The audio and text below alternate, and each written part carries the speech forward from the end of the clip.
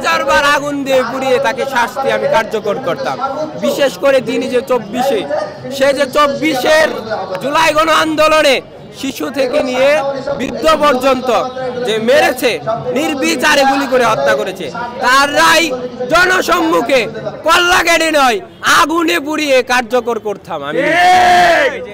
আসলে ছাত্রলীগ, বিশেষ করে ঢাকা বিশ্ববিদ্যালয়ের যে শাখা, সেখানে বাংলাদেশের যে তাদের বড় বড় নেতা ছিল, তারা বলতো যে দেশ আফগানিস্তান হয়ে গিয়েছে, দেশ জামাত, শিবির, রাজাকার, বিএমপি এগুলা দিয়ে ভরে গিয়েছে। কিন্তু তারা বলতো জামাত শিবির কোথায় ছিল?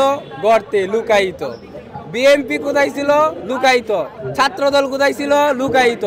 তারা তাদের আন্দোলন কর্মসূচি অনলাইনে বাস্তবায়িত করে। কিন্তু খোদার কি মহিমা, আজকে বাংলাদেশ ছাত্রলীগ, বাংলাদেশ আওয়ামী লীগের বিভিন্ন অঙ্গ সংগঠনের নেতাকর্মীরা তাদের কর্মসূচি বাস্তবায়ন করতেছে কোথায়? অনলাইনে। অফলাইনে তাদের কোনো কর্মসূচি নেই, কারণ বাংলাদেশের মন থেকে তারা উঠে গিয়েছে। বাংলাদেশের আপামর ছাত্র জনতার যে সমর্থন তাদের মধ্যে নেই। কারণ আপনারা বলতে পারেন বাংলাদেশ আওয়ামী লীগ একটা বৃহত্তর দল, আমি মনে করি না। কারণ আপনারা যদি একটু পিছনে ফিডব্যাক করেন, 2024 সালের যে রাতের নির্বাচনের দিকে তাকান, সেখানে কিন্তু 17% ভোট পড়ে নাই।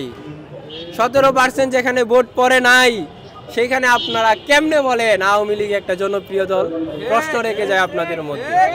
এইটা কিন্তু জনপ্রিয় দল নয়, এবং তাদের কর্মসূচি আমি মনে করি অনলাইন পর্যন্তই বাস্তবায়িত হবে।